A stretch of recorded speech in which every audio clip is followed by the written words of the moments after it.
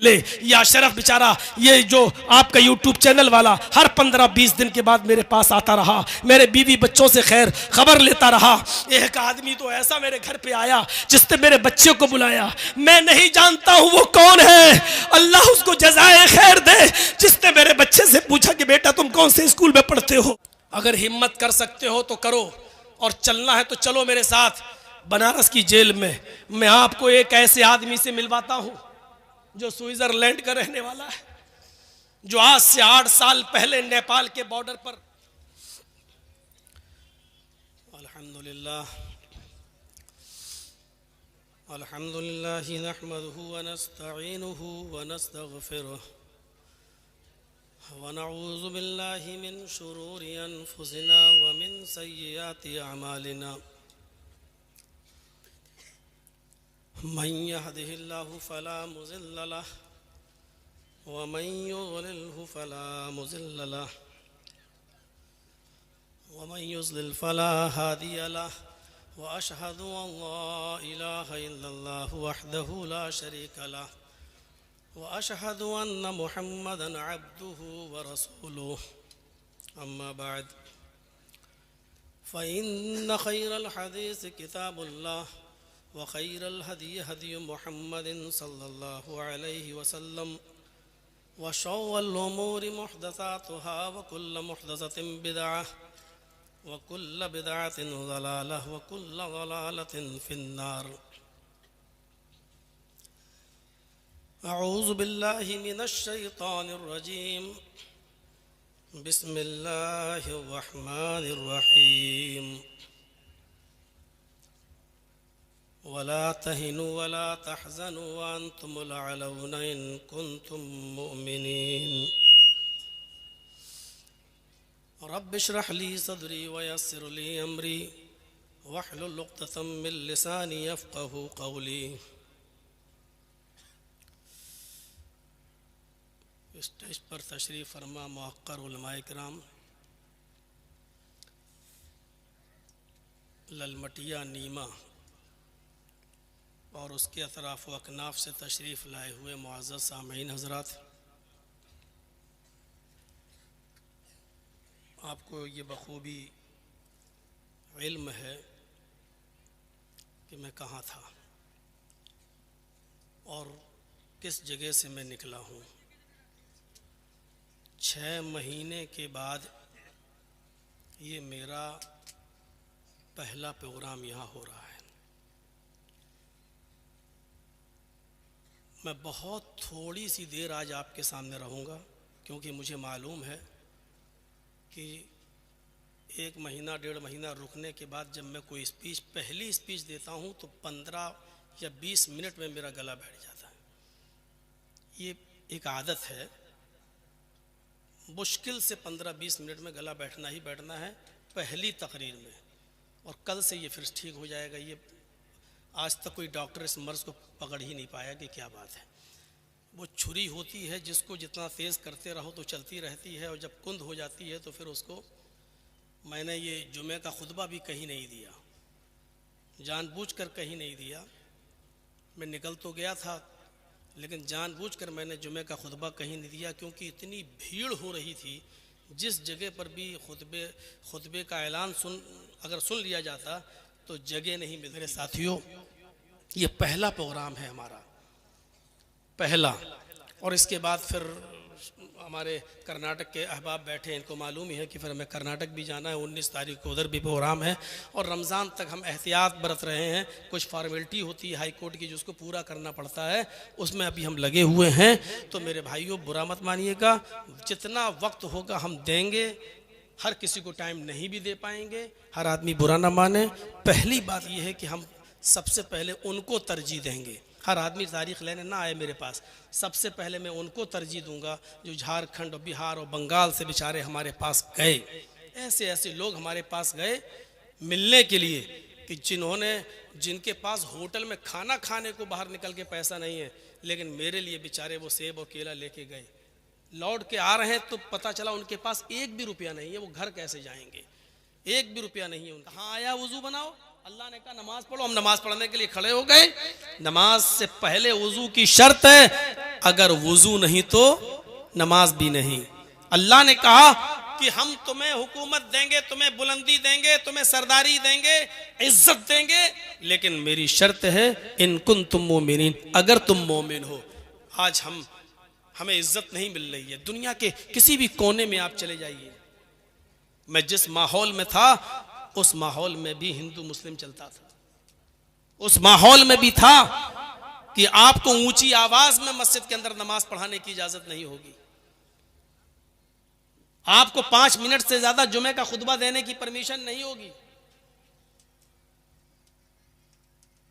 आज कहीं पर भी किसी भी तबके में जाइए और किसी भी आप ब्रांच और शोबे में चले जाइए, मुसलमान बाइज्जत नहीं है। सुरिबत अलैहिमुज़्ज़िल्लतु वल मस्कना, सबसे ज्यादा जलील, सबसे ज्यादा रुस्वा, सबसे ज्यादा ख्वार आज के इस दौर में मुसलमान है। सिर्फ हिंदुस्तान के अंदर ही नहीं, किसी भी मुल्क में चले जाइए आप, यहां तक कि अपने पड़ोसी मुल्क पाकिस्तान का हाल देख लीजिए। कटोरा लेकर भीख मांगने पर मजबूर हो गई है वहां की आवाम। इकोनॉमी बिल्कुल ढह चुकी है, उसकी लाइट खत्म हो चुकी है उस मुल्क की, कर्ज में डूब चुका है आपका पड़ोसी मुल्क। जहां ईमान खत्म होगा, हम हिंदुस्तान के अंदर महफूज हैं, हमारी मस्जिदें महफूज हैं। यहां होली और दिवाली और ईद अगर एक दिन पड़ जाए तो आराम के साथ आप रंग से बचते हुए मस्जिद में जा सकते हैं और हिंदू भाई भी आराम से अपना त्योहार बना सकता है। लेकिन आप अपने पड़ोसी मुल्क का हाल देखें तो वहां मस्जिदें महफूज नहीं है, नमाज की हालत में गोलियों से भून दिया जाता है, सजदे की हालत में गोलियों से भून दिया जाता है। मेरे प्यारे साथियों, दुनिया के किसी भी कोने में चले जाइए, इराक का हाल देख लीजिए आप, ईरान का हाल देख लीजिए आप, सीरिया का हाल देख लीजिए आप, फिलिस्तीन का हाल आप देख लीजिए। आप दुनिया के किसी भी मुल्क में, जो आप अपने मुल्क कहते हैं जिनको मुस्लिम इस्लामी मुल्क, मुस्लिम ममालिक, आप उनका हाल देख लीजिए। भारत के मुसलमानों से बदतर जिंदगी गुजार रहे हैं। हम इनफरादी तौर पर सबसे मजबूत हैं, हम इज्तिमाई तौर पर भी सबसे मजबूत हैं। अगर दुनिया का सबसे अमीर कोई इंसान है दुनिया का, तो वो एक मुसलमान है। और दुनिया का सबसे अमीर मुल्क अगर कोई है तो वो कुवैत, जिसकी करेंसी सबसे हाई फाई। हम इज्तिमाई तौर पर भी मजबूत हैं, इनफरादी तौर पर भी मजबूत हैं, लेकिन अफसोस ये है कि इसके बावजूद सबसे ज्यादा जलील, सबसे ज्यादा रुस्वा, सबसे ज्यादा बदनाम और सबसे ज्यादा बेबस, सबसे ज्यादा कमजोर अगर तुम्हें दुनिया में कोई नजर आएगा और हिंदुस्तान में कोई नजर आएगा तो वो मुसलमान नजर आएगा। वला तहिनु वला तहज़नु व अंतुमुल अलौना इन कुंतुम मुमिनीन, तुम गम न करो, तुम मायूस न हो जाओ, तुम परेशान न हो। मोमिनो, हम तुम्ही को इज्जत देंगे, तुम ही बुलंद रहोगे, तुम ही साहिब इज्जत रहोगे, कदम कामयाबी तुम्हारे कदम चूमेगी। इन कुंतुम मुमिनीन, शर्त यह है कि तुम पहले मोमिन बन जाओ। अल्लाह ने ईमान की शर्त लगाई है, पहले तुम मोमिन बन जाओ। ईमान एक मुआहिदा है और अमल स्वालिह नतीजा है। आपसे एक मालिक और मजदूर होता है ना, मालिक जैसे मोबाइल में सिम और सिम के लिए मोबाइल, ये दोनों लाजिम और मलजूम है। आपके पास मोबाइल है लेकिन सिम नहीं तो बेकार है, आपके पास सिम है लेकिन मोबाइल नहीं तो बेकार है। आपके पास ईमान है लेकिन अमले स्वाले नहीं बेकार है, आपके पास अमले स्वाले है लेकिन ईमान नहीं बेकार है। अमले स्वाले हम क्या करेंगे, हमसे अच्छे अच्छे अमले स्वाले गैर मुस्लिम लोग करते हैं।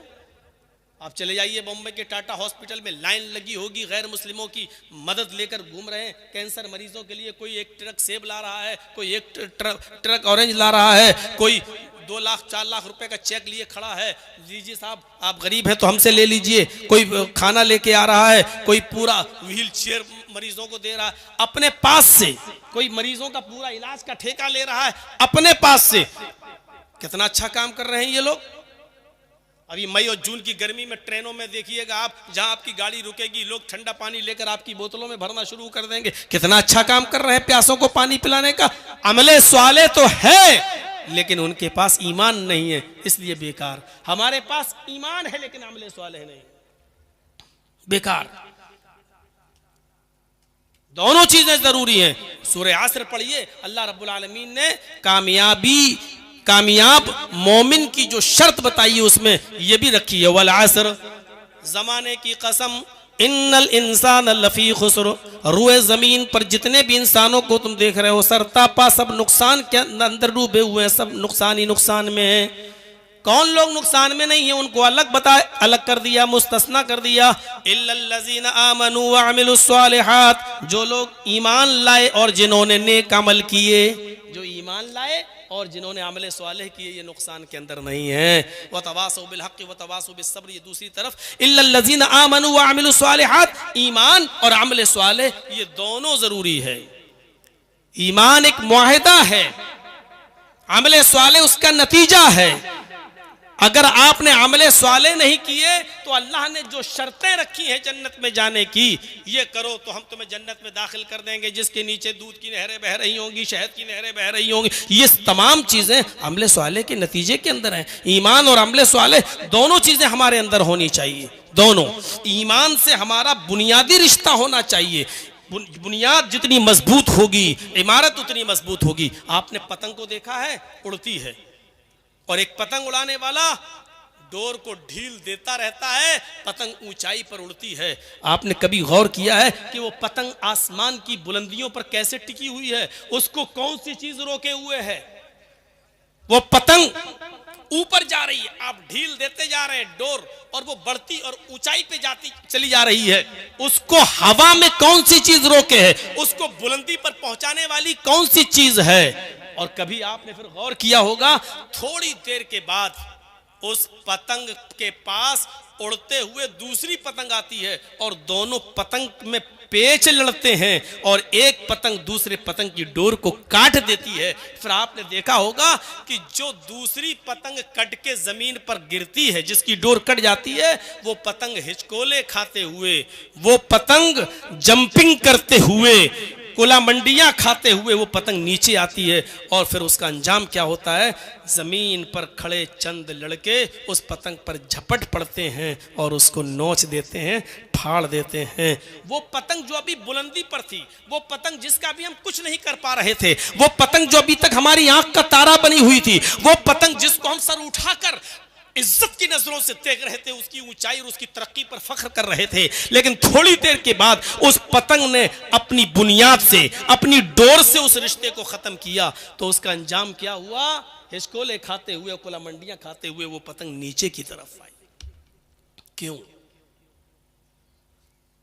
ये पतंग डोर से बंधी हुई है, ये मैसेज दे रही है, ये पैगाम दे रही है कि आए ईमान वालों, हम अपनी बुनियाद से जब तक जुड़े थे, बुलंदियों पर थे, हमारा रिश्ता अपनी बुनियाद से जब तक जुड़ा हुआ था, दुनिया की कोई ताकत मेरा कुछ नहीं कर पा रही थी। तुम नीचे देखकर हमें, हमारी तरफ देखकर अपनी आंखें ठंडी कर रहे थे और फख्र के साथ कह रहे थे ये पतंग कितनी ऊंचाई पर है, कितनी तरक्की की हुई है।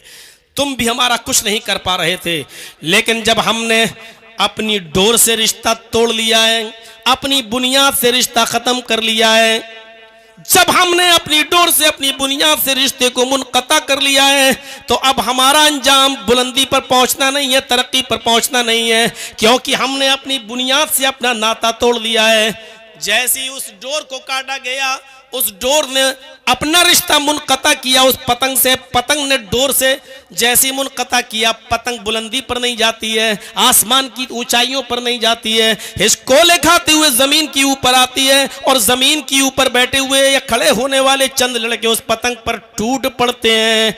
मुसलमानों, हमारी बुनियाद है ईमान।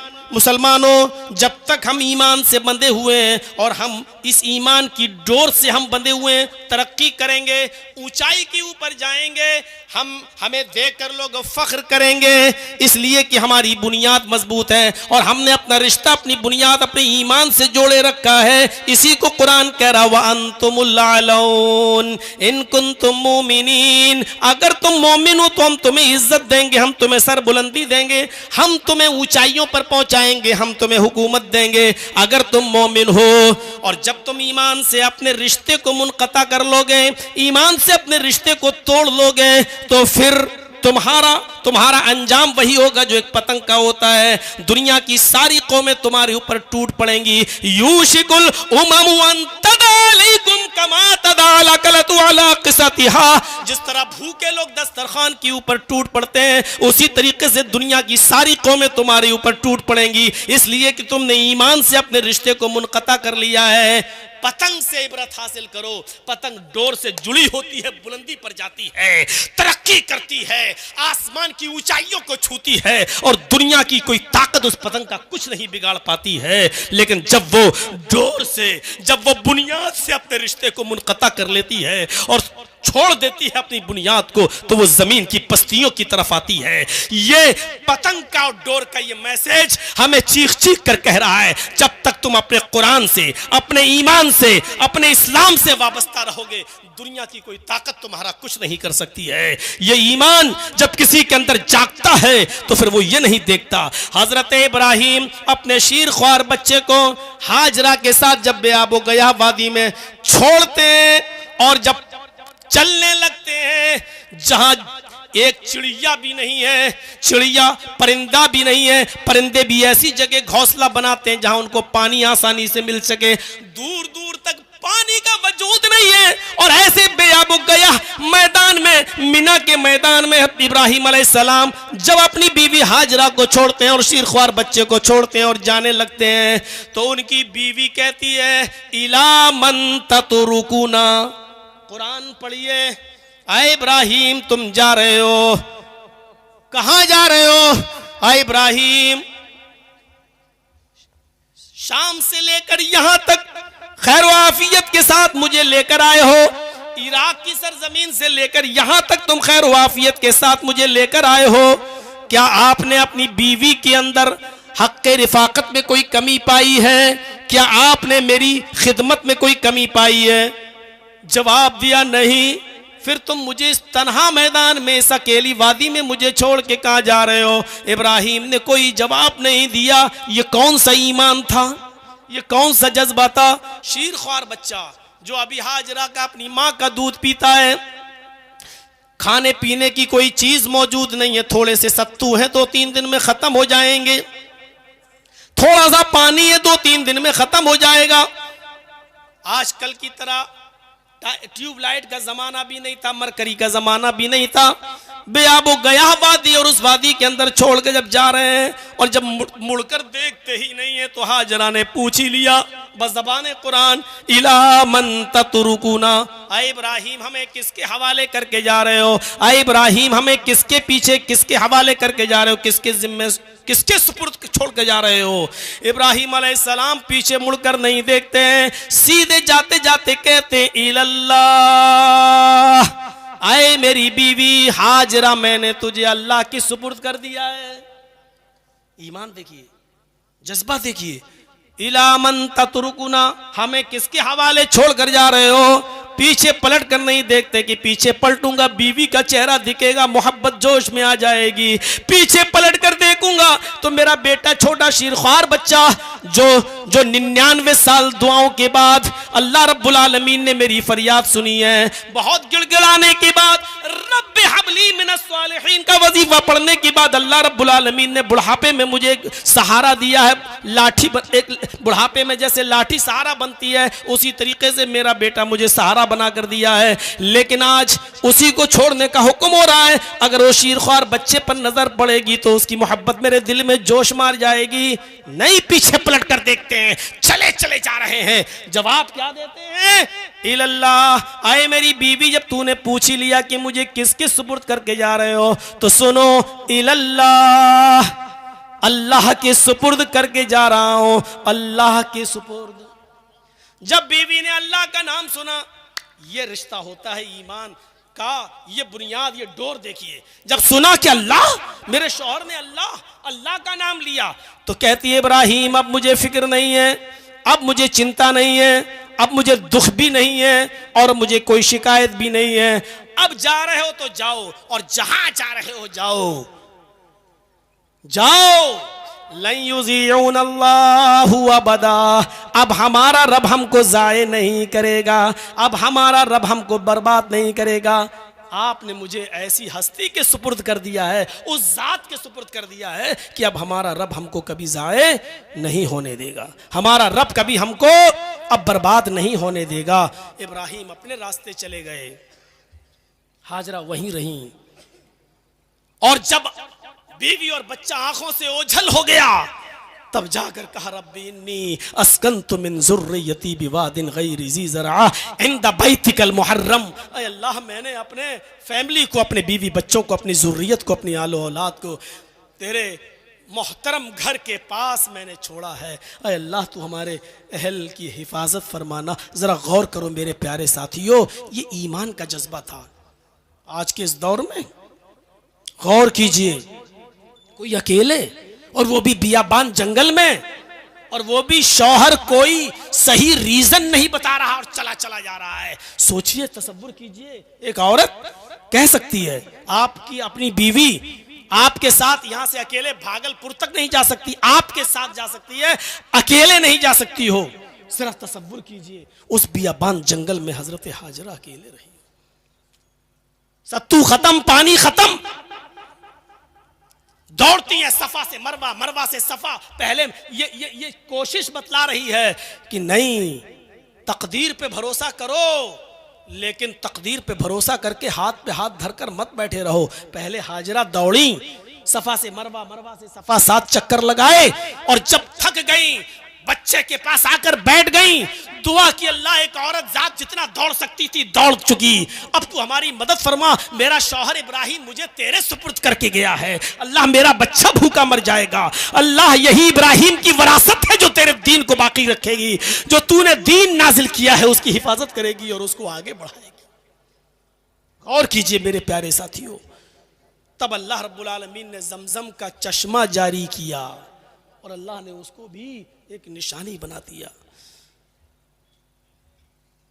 कहने वालों कि इस्लाम ने औरतों का मजाक उड़ाया है, इस्लाम ने औरतों को घर की 4 दीवारी के अंदर कैद कर दिया है, इस्लाम ने औरतों को हिजाब के अंदर कैद कर दिया है, और इस बात को आज की पालतू मीडिया ने जितना उछाला है, जितना बदनाम किया है, इतना तो किसी गवर्नमेंट ने भी और किसी सरकार ने भी बदनाम नहीं किया है जितना इस मीडिया ने।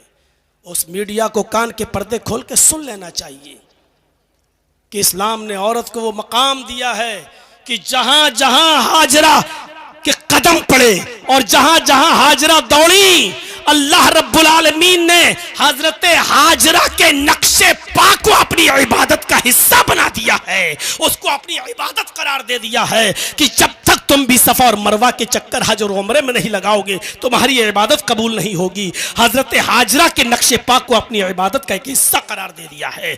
इससे बड़ी एक औरत की इज्जत क्या होगी, इससे बड़ा एक औरत का मकाम क्या होगा। अपने शौहर के मरने के बाद औरत को इस भारत में ही नहीं दुनिया के किसी भी कोने में जिंदा रहने का हक ना हो और उसको अपने शौहर की चिता में जल जाने का अधिकार देता हो। जो धर्म और जो मजहब और जो कानून, गौर करो, वो आज हमें बता रहे हैं कि औरतों का सम्मान क्या है और औरतों की इज्जत क्या है। मेरे भाइयों, ये इस्लाम है जो औरतों का की इज्जत और सम्मान बताता है। वही मोहम्मद रसूलुल्लाह है जो खौला बिनते सालबा को अपने घर की 4 दीवारी से निकाल कर कह रहे हैं, अरे खौला, तेरे लिए मेरे पास अब कोई रास्ता नहीं है, तू अपने शौहर के ऊपर हराम हो चुकी है। और वही खौला जब मस्जिद नबवी में जाती है, 2 रकात नमाज पढ़ती है, अपने दोनों हाथों को आसमान की तरफ उठाकर कहती है, अल्लाह मेरे और मेरे शौहर के दरमियान कोई रास्ता निकाल। तो अल्लाह रब्बुल आलमीन ने इस औरत की निदा को 7वें आसमान की बुलंदी से सुना और अपने नबी पर जिब्राइल को भेजकर ये हुक्म नाजिल फरमा दिया, क़द समी अल्लाहु क़ौलन लती तुजादिलुका फ़ी ज़ौजिहा व तश्तकी इलल्लाह। अल्लाह ने उस औरत की गुफ्तगू को सुन लिया जो आपसे अपने शौहर के बारे में फरियाद कर रही थी, वह तश्तकी इलल्लाह, और अल्लाह से भी फरियाद कर रही थी। अल्लाह ने उसकी फरियाद को सुन लिया। 7वें आसमान के ऊपर अल्लाह ने एक औरत की फरियाद को सुना, उस औरत की फरियाद को सुना जो मोहम्मद की चौखट से महरूम हो चुकी थी। मोहम्मद रसूलुल्लाह जिसके लिए रास्ता नहीं निकाल सके, अल्लाह ने उसके लिए रास्ता निकाला। मेरे भाइयों, ये औरत का एक सम्मान, औरत की एक इज्जत है जो इस्लाम ने औरत को दी है। यही खौला बिनते सालबा है, जब बूढ़ी थी और कमर झुकाकर चल रही थी और लाठी टेक कर चल रही थी, तो एक पुल के पास उन्होंने कहा है उमर रुक। उमर रुक गए, कहा उतर घोड़े से। उमर घोड़े से उतरे, कहा मेरे पास आ, कान नीचे कर। और उस बुढ़िया ने उमर के कान में कुछ कहा तो सहाबा ने कहा उमर अमीरुल मोमिनीन, एक मामूली औरत के लिए आप घोड़े से उतर गए, एक मामूली औरत के लिए आप झुक गए और उसके सामने अपना कान पेश कर दिया। उमर रोते हुए कहते हैं कि ऐ मोहम्मद के साथियों, ये मामूली औरत नहीं है, ये वो औरत है जिसकी जबान से निकले हुए कलमात को सातवें आसमान पर बैठे हुए अर्श पर मुस्तवी अल्लाह ने भी रिजेक्ट नहीं किया है, अल्लाह ने भी उसकी फरियाद को सुना है। तो उमर कौन होता है जो उसकी फरियाद को रिजेक्ट कर दे? उमर कौन होता है जो उसकी फरियाद को रायगा कर दे और रिजेक्ट कर दे? मेरे प्यारे साथियों, ईमान से अपने रिश्ते को मजबूत कीजिए। ईमान का रिश्ता बड़ा मजबूत हो, आप बुलंदी पर फायज होंगे। ईमान जानते हैं, एक मिसाल से समझाने की कोशिश करता हूँ। हजरत मूसा का और फिरौन का वाकया तो आपने बहुत बार सुना होगा, थोड़ा सा गौर कर लीजिएगा। ईमान जब किसी के अंदर पैदा होता है तो उसके अंदर क्या चीज पैदा हो जाती है?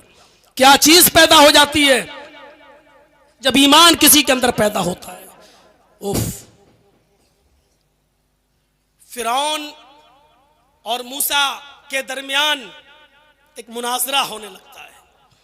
आओ जमा हो जाए एक मैदान में, तुम सच्चे या हम सच्चे। और फिरौन अपने जादूगरों को लेकर गया और कहा कि आज तुम ऐसा तिलस्म दिखाओ, ऐसा जादू दिखाओ कि आज फिरौन और आज मूसा और उसके साथी सब हक्का बक्का रह जाएं और मूसा हार जाए। जानते हो जब किसी के अंदर ईमान नहीं होता तो मुतालबा क्या करता है? वही फिरौन के जादूगरों ने मुतालबा किया, ये तो मेरे बाएं हाथ का खेल है, मूसा और उसके साथी हक्का बक्का रह जाएंगे, हार जाएंगे, भाग जाएंगे। लेकिन अगर हमने ऐसा किया, इन्ना लना ला अजरन इन कुन्ना नहनुल गालिबीन, अगर हम मूसा और उसके साथियों पर गालिब आ गए तो आप हमें इनाम क्या देंगे? हमारा अजर क्या होगा? हमारा इनाम क्या होगा? बस इसी बात को जहन में रखिएगा। जादूगरों ने अपना तिलस्म, अपना जादू, अपना कर्तव्य दिखाने से पहले क्या कहा? हमारा इनाम क्या होगा? हमारा बदला क्या होगा? हमें आप देंगे क्या? तो फिरौन ने उसके जवाब में क्या कहा? यही चीज फेंकी जाती है और लोगों के ईमान खरीद लिए जाते हैं और बिक जाते हैं। क्या कहा?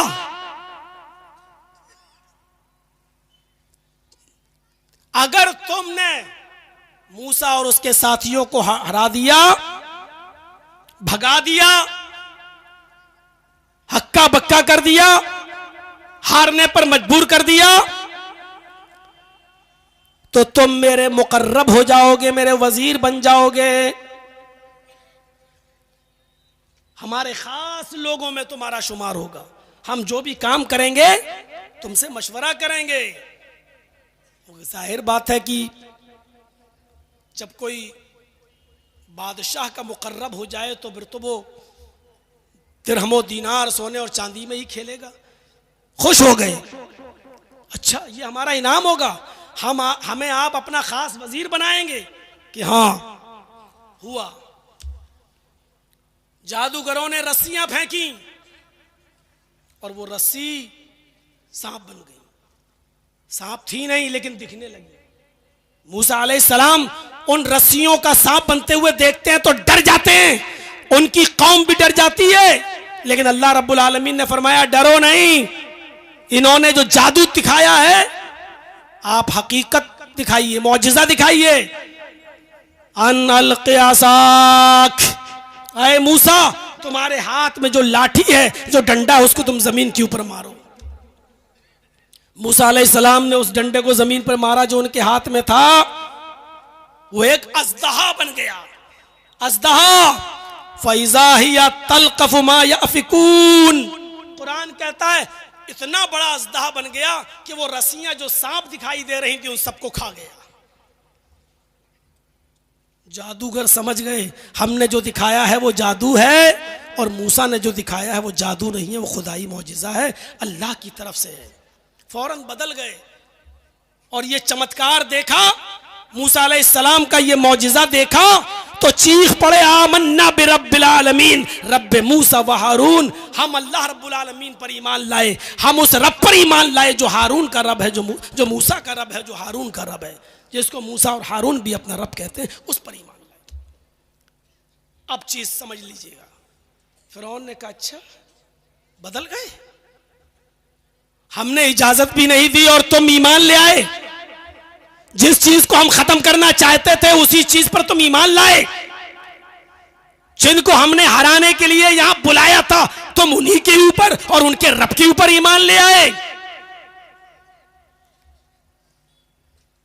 इन हाज़ा लमकरुन, ये तो साजिश है, पहले से प्लानिंग है, तुमने इस दारुस सल्तनत के अंदर एक पहले से प्लानिंग कर रखी थी, बहुत जल्दी इसके अंजाम को जान लोगे।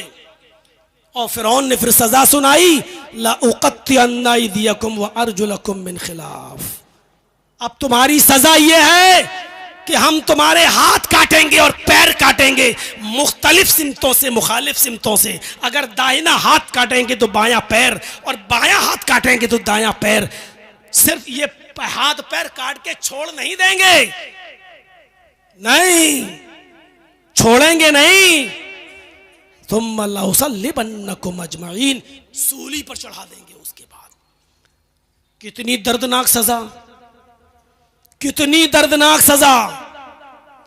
जब आदमी सजा को सुनता है तो बड़े बड़े लोगों के गुर्दे उस वक्त पानी हो जाते हैं, और इसकी जीती जागती तस्वीर हम भी हैं। जब कटघरे के अंदर हमको 10 साल की सजा सुनाई गई तो थोड़ी देर के लिए हम भी भौचक्का रह गए हैं, ये क्या हुआ। और जब अंदर गए तो सबसे कम सजा मेरी ही थी। जब मैंने और लोगों से पूछा भाई तुम कब से हो, बड़ी आसानी से कहता अभी तो मौलाना मुझे 13 ही साल हुए हैं। एक से पूछा, कहता कि 22 हो चुके, 23वीं में लगा हुआ हूं। बोला तुम्हें कितनी सजा हुई, मैंने कहा 10 साल। बोले भाग, हंसते हुए काट लेगा तू क्या टेंशन लेता है। इस तरीके की बात है, गौर कीजिए। तो वहां जाके हिम्मत बढ़ी है? हम तो सोच रहे थे 10 साल बहुत ज्यादा, वो कह रहा मैं 13 साल से हूं, वो कह रहा है कि मैं 17 साल से हूं, वो कह रहा मैं 22 साल से हूं। मेरे तो होश उड़ गए और वो हंस रहे हैं। कत्ल करके आए, मर्डर में आए, जिसमें आए, हमें जेल में आज तक कोई ऐसा आदमी नहीं मिला जिसने ये कहा हो कि मैं हकीकत में कत्ल करके आया हूं। 1800 बंदी थे मेरे साथ, किसी एक ने भी ये नहीं कहा कि मैंने हकीकत में कत्ल किया है। सब कह रहे हैं मुझे फंसाया गया, मुझे फंसाया गया। जब आपस में बातें होती थी, बातें सुनता था, कुछ लोगों को तो लगता था वाकई में इनके साथ तो साजिश हुई। एक ऐसा आदमी बेचारा अंधा हमारा दोस्त बन गया, हमारे साथ चाय वाय पीता था, दोनों आंखों से अंधा। उसको लोग सहारा दे के उठाते थे, लेटरीन में लेके जाते थे, लेटरीन से उसको निकालते थे। मैंने उससे पूछा ये कितने साल से है, कहा इसको 7वां साल चल रहा है। मैंने कहा ये किस में आया, कहा कत्ल में। बताइए कत्ल किया होगा। अब समझ में आया कि कानून की आंख में पट्टी क्यों बंधी होती है। ये कत्ल में, कत्ल करके भाग भी नहीं पाया होगा। जिस आदमी को लेटरीन में ले जाने के लिए एक आदमी लगा हो, उससे निकालने के लिए एक आदमी लगा हो, उसको भंडारे से खाना लेने के लिए एक आदमी लगा हो, वो आदमी किस में आया, कत्ल के जुर्म में। अंधा भी उसको देखकर कह देगा, थोड़ी सी अकल रखने वाला भी ये बेचारा फंसाया गया है। इतना साफ सुथरा आदमी भी बेचारा जेल की सलाखों में है, और वहां का जेलर कह रहा है हम तो सिर्फ कानून को मानते हैं साहब, इसका वारंट आया हमने रख लिया, इसकी रिहाई का ऑर्डर ले आओ, हम 1 मिनट में छोड़ देंगे इसको, हम तो सिर्फ रक्षा करते हैं। गौर कीजिए, तस्लीम नहीं कर सकते आप।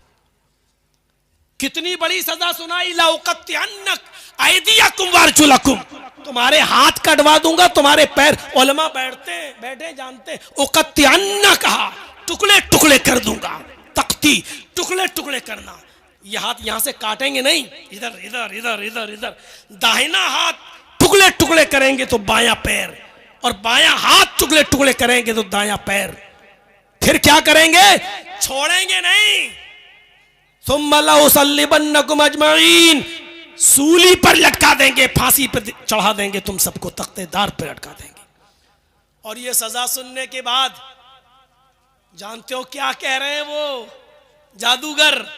अभी जो इनाम मांग रहे थे, अभी जो फिरौन से कह रहे थे अगर हमने मूसा और उसके साथियों को हरा दिया तो तुम मुझे क्या इनाम दोगे, जब इतनी बड़ी सजा सुनते हैं तो क्या कहते हैं? आए फिरौन, तुझे जो कुछ भी करना है कर, जो कुछ भी कर सकता है तू कर ले,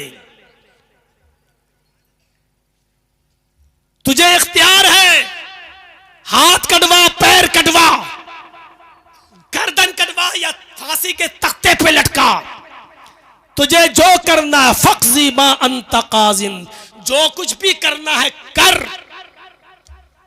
हम अब उन निशानियों को देखने के बाद जो अल्लाह तबारक व तआला की तरफ से हमें दिखाई गई, मौजिज़ा देखने के बाद, वाज़ेह निशानियां सामने आ जाने के बाद, अब हम तुझे तरजीह नहीं दे सकते हैं। फ़क़्ज़ी मा अंत क़ाज़ी, कर जो कुछ भी तुझे करना है। इन्नमा तक़ज़ी हाज़िहिल हयातिद दुनिया, तू सिर्फ दुनिया की हद तक जो कुछ कर सकता है कर ले, दुनिया की हद तक जो कुछ कर सकता है कर ले, सिर्फ दुनिया की हद तक तू जो कुछ कर सकता है वही करेगा। आखिरत का तू मालिक नहीं है, वो मालिक अल्लाह है। तो दुनिया में मुझे सता सकता है लेकिन आखिरत में मुझे नहीं सता सकता। गौर करो, मैं बताना ये चाहता था कि जब किसी के अंदर ईमान पैदा होता है, जब ईमान की रूह उसके अंदर आती है तो फिर वो इतना मजबूत हो जाता है, जो अभी इनाम लेना चाह रहा था वो अब हाथ और पैर कटवाने के लिए तैयार हो गया, वो अब सूली पे लटकने के लिए तैयार हो गया।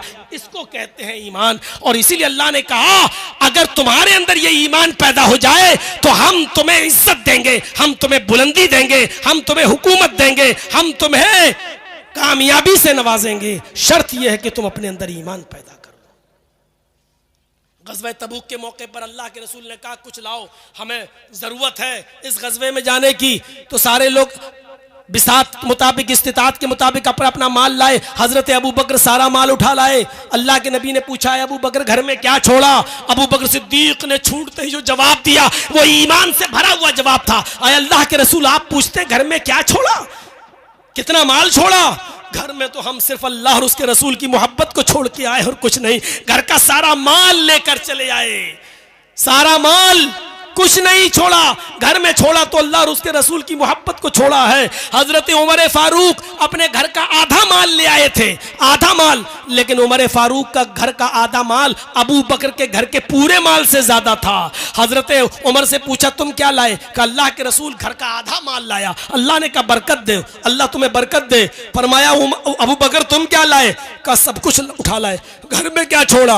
अल्लाह और उसके रसूल की मोहब्बत को छोड़ा है, कुछ नहीं छोड़ा। हजरत उमर उसी वक्त रोने लगे और रोते हुए कहते हैं कि आज समझ में आया अबू बकर, मैं नेकियों में तुमसे कभी आगे नहीं बढ़ सकता, मैं सवाब के कामों में कभी तुमसे आगे नहीं बढ़ सकता, मैं कभी सबकत नहीं ले जा सकता तुमसे। मेरे भाइयों, ईमान का ऐसा जज्बा था कि सब कुछ लुटा दिया। यहाँ तो बेचारा एक मौलाना आता है और भीख सी मांगता है कि इस मदरसे के लिए इतना दे दो, उतना दो। अल्लाह तुम्हें बरकत दे, अल्लाह तुम्हारे कारोबार में बरकत दे। ऐसा लगता है कि बेचारा इस मदरसे के लिए आपके सामने रुकू कर रहा हो, आपके सामने सजदा कर रहा हो, आपके सामने गिड़गिड़ा रहा हो और आप 100-500 रुपए देकर उसके ऊपर बहुत बड़ा एहसान कर रहे हो। मेरे भाइयों, ऐसा महसूस होता है और ऐसा तसव्वुर, ऐसा दिमाग में आता है। जरा तसव्वुर कीजिए, यहाँ हजरत अबू बकर सारा माल ले आए तो उमर चीख पड़े कि आए अबू बकर, मैं नेकियों में कभी तुमसे आगे नहीं बढ़ सकता। ईमान का जज्बा बहुत बड़ी चीज है। अल्लाह ने कहा वला तहिनु वला तहज़नु व अंतुमुल आलौन, गम करने की जरूरत नहीं, शर्त ही साहिब हुकूमत तुम रहोगे। शर्त क्या है? तुम अपने अंदर ईमान पैदा कर लो। अगर हिम्मत कर सकते हो तो करो, और चलना है तो चलो मेरे साथ बनारस की जेल में। मैं आपको एक ऐसे आदमी से मिलवाता हूं जो स्विट्जरलैंड का रहने वाला है, जो आज से 8 साल पहले नेपाल के बॉर्डर पर, गौर कीजिए, उसकी गाड़ी क्रॉस कर रही थी, वो नेपाल में घूमते हुए इंडिया में आ रहा था, उसके पास इंडिया का भी वीजा था। चूंकि वो अपनी जबान से वाकिफ नहीं था, हिंदुस्तानी जबान नहीं जानता था, और उस गाड़ी के अंदर 10 किलो चर्स रखा हुआ था। जब गाड़ी इंडिया के बॉर्डर में आई तो पुलिस ने उस गाड़ी की चेकिंग की और उस गाड़ी के अंदर 10 किलो चर्स पकड़ा गया। चूंकि ये जबान से वाकिफ नहीं था, हिंदी जानता नहीं था, इसलिए सारे मुसाफिरों ने इसी का नाम लगा दिया और उसको पकड़कर महाराजगंज की जेल में ले जाया गया। उसको बंद कर दिया गया, अंडर कस्टडी ट्रायल चला और उसको 10 साल की सजा सुना दी गई। 4 साल वो महाराजगंज की जेल में रहा, उसके बाद वहां से ट्रांसफर करके बनारस की सेंट्रल जेल में भेज दिया गया। इत्तेफाक देखिए, अल्लाह को शायद ऐसे लोगों से मुझे मिलवाना था। नमाज की ड्यूटी जेलर ने हमको दे दी कि आप पढ़ाइए, उसमें भी फितना और फसाद चला। कुछ ऊंची टोपी वाले कहने लगे हम इनके पीछे नमाज नहीं पढ़ेंगे। जेलर ने कहा हम तुम्हारा मौलवी कहां से लेके आए, जो है वही पढ़ाएगा, पढ़ना हो पढ़ो, नहीं तो अपने कमरे में पढ़ो। बहुत कुछ होता है, बहरहाल वो सारी बातें यहाँ बताने की जरूरत नहीं। 4 साल से वो इस जेल में है, उसका साबिक़ा हमसे पढ़ा। इस 8 साल की मुद्दत में उसने पूरा कुरान पढ़ लिया। इस 8 साल की मुद्दत में उसने इंग्लिश में उसका ट्रांसलेट पढ़ा। इस 8 साल की मुद्दत में उसने हर जुमरात और सोमवार का रोजा रखना शुरू किया। वो आदमी इतना मजबूत ईमान वाला, मैंने हिंदुस्तान के अंदर, पूरे इंडिया के अंदर इतनी जगहों पर मैंने घूमा है, मैंने ऐसा मजबूत ईमान नहीं देखा।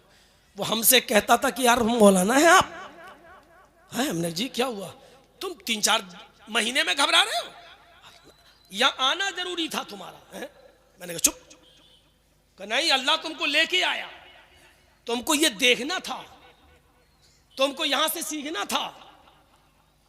हमने कहा मुझे मेरे जिस दुश्मन ने यहां तक पहुंचाया है उसको भी यहां आकर पता चलना चाहिए कि बीवी बच्चों से दूर रहने का अंजाम क्या होता है और क्या महसूस होता है। नहीं, तुम ऐसा नहीं करेगा, माफ कर दे उसको, माफ कर दे। मैंने कहा कि तुम्हें जिस पुलिस वाले ने अंदर डाला तो माफ करोगे? 8 साल से पड़े हो। कहता हम तो पहले ही दिन माफ कर दिया, हम पहले ही दिन माफ कर दिया। हमने ऐसा मजबूत ईमान वाला नहीं देखा। जब मुझे बेल की खुशखबरी मिली, जब मैंने फ़ोन किया, वहाँ से 2 नंबर पे फ़ोन कर सकते थे। अब जब से अखिलेश की सरकार आई थी तो उसने 2 नंबर चालू करवा दिए थे कि कैदी जो है बंदी 2 नंबर पे बात कर सकता है 5 मिनट। तो जब मैंने अपने वकील से बात की तो उसने कहा मुबारक हो आपकी बेल हो गई। तो सबसे पहले मैंने उसी को बताया जुमे के दिन कि मेरी बेल हो गई। उसने कहा क्यों बताता है, क्यों बोलता है, हमको भी मत बताओ। क्यों? अरे जेल में नजर लग जाता है। अपनी भाषा में बोल रहा है, उर्दू सीखा, हिंदी सीखा। मैंने कहा यार इस आदमी से मैं मिलने जरूर आऊंगा। मैं शनिचर को जेल से रिहा हुआ और जुमा मैंने कहीं नहीं पढ़ाया जानबूझकर, क्योंकि जहां पढ़ाता वहां भीड़ हम संभाल नहीं पाते। इतनी भीड़ आ रही थी कि फिर मैंने सोचा मीडिया वीडिया ना आ जाए, तो मैं मुसाफिर था। जुमे के दिन हम जेल ही में चले गए। जो हमारे दोस्त बन चुके थे, जो खाना वाना बनाते थे हमारा, जो बेचारे कपड़े अपड़े भी धुल देते थे, हमारे पीछे नमाज भी पढ़ते थे, हमने उनसे मुलाकात करना बेहतर समझा कि बेचारों की कुछ मदद कर दी जाए। अब हम बाहर हैं, उनसे हम मिलने चले गए तो उस आदमी से भी मिले। इतना खुश हुआ मेरे भाइयों। आज भी स्विट्जरलैंड का रहने वाला वो आदमी, और 8 साल की सजा अभी तक काट चुका है फर्जी केस के अंदर, फर्जी केस के अंदर बेचारा। लेकिन ईमान उसका इतना मजबूत है कि आज भी वही कहता है कि मेरा यहां आना जरूरी था, तुम्हारा भी आना जरूरी था। जितना दाना पानी लिखा था वो तुम्हें मिलेगा। यहां से जो सीख के जा रहे हो वो लोगों को बताओ कि क्या होता है, और यहां बंदियों की, कैदियों की के लिए कुछ करो। मेरे प्यारे साथियों, मौलाना अबुल कलाम आज़ाद की जिंदगी से सबक हासिल कीजिए। अल्लामा इब्न तैमिया ने जेल की सलाखों में रहकर 35 जिल्दों में फतावा इब्न तैमिया जेल के अंदर ही लिख डाली है मेरे भाइयों।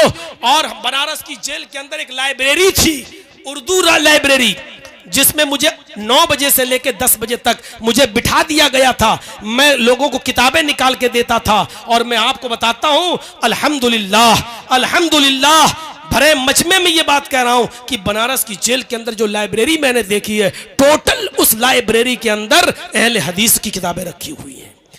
कहां से आई, किसने दी? मैंने बहुत पता लगाने की कोशिश की, लेकिन मैं मायूस रहा, नहीं पता चल सका। पूरी लाइब्रेरी में उर्दू की किताबें रखी हुई हैं, पढ़िए। सफीउर रहमान साहब मुबारकपुरी की, एहसान इलाही ज़हीर की, फजल इलाही साहब की, ये सारी किताबें भरी पड़ी हुई हैं, लोग माशाल्लाह पढ़ भी रहे हैं। अगर किसी के बीवी बच्चे ना हो तो जेल से ज़्यादा सुकून की जगह तो कोई है ही नहीं। अगर बीवी बच्चे ना हो तो, और बीवी बच्चे हो तो सबसे बड़ी सज़ा वही है, क्योंकि काट दिया जाता है, उनसे काट दिया जाता है। आपको बीए करना हो तो वहाँ करो, एमए करना हो तो वहाँ करो, स्कूल वहाँ खुले हुए हैं, खेलना हो तो मैच है, वॉलीबॉल खेलो, क्रिकेट खेलो, काम करना है तो काम करो, आपको उसका पैसा मिलेगा। काम नहीं करना चाहो तो कोई बात नहीं, आपको पैसा नहीं मिलेगा। आप एक दिन भी अगर आपने खाना नहीं लिया तो ज़बरदस्ती आपको खाना खिलाया जाएगा। मेरा वज़न जब आधा किलो घट गया, जब गया तो वज़न किया, 3 महीने के बाद वज़न किया तो आधा किलो घट गया। जेलर आया कि क्यों खाना नहीं मिल रहा है, बेचारा आधा किलो दूध लगा गया मेरा, खाओ, बाहर निकलोगे तो अरे हमें कोर्ट को जवाब देना पड़ता है। अब बताइए कि इसको कौन समझेगा? कोई इसको जेल समझेगा? लेकिन हाँ, घर वालों से काट दिया जाए, ये सबसे बड़ी सज़ा है। आप लोगों की दुआओं ने मुझे बाहर निकाला है, मुझे अपने अहल वयाल से मिलवाया है, और लोगों ने खाने काबा में भी हमारे लिए दुआएं की हैं। हमें उन सब का शुक्रगुजार हूँ। अपनी जमयत का, जमात का, बड़े बड़े लोग मुझसे मिलने आए, जमयत उलमा के लोग हमसे मिलने आए। डॉक्टर नोहरा शेख जो हैदराबाद की हैं, उन्होंने 3 वकील अपने सुप्रीम कोर्ट के हमारे पास भेजा और कहा कि सिर्फ दस्तखत कर दीजिए, 1 लाख से लेकर 50 लाख तक का खर्चा मैं आपका उठाऊंगी, कुछ नहीं। लेकिन मैंने सोचा इतना बड़ा मामला नहीं है मेरा, मैंने कहा नहीं, फिर देखा जाएगा जब ज़रूरत पड़ेगी। अल्लाह रब्बुल आलमीन से मैं दुआ करता हूँ, इन तमाम लोगों का जो लोग हमारे साथ, हमारे दुख दर्द में साथ रहे, हमसे मिलने आए, उन्होंने हमारे हौसले बढ़ाए। हमारी गैर मौजूदगी में हमारे वालिदैन को जो बुढ़ापे की दहलीज पर हैं, और जब मैंने उनको जेल के अंदर हमसे मिलने के लिए आए और उनके लड़खड़ाते हुए पैरों को जब मैंने देखा तो उस वक्त पहली मर्तबा मैं रोया और यही दुआ करता था कि अल्लाह मुझे ऐसा दिन न दिखाना कि मेरे बाप को उधर कुछ हो जाए और मैं जेल की सलाखों में रहूं।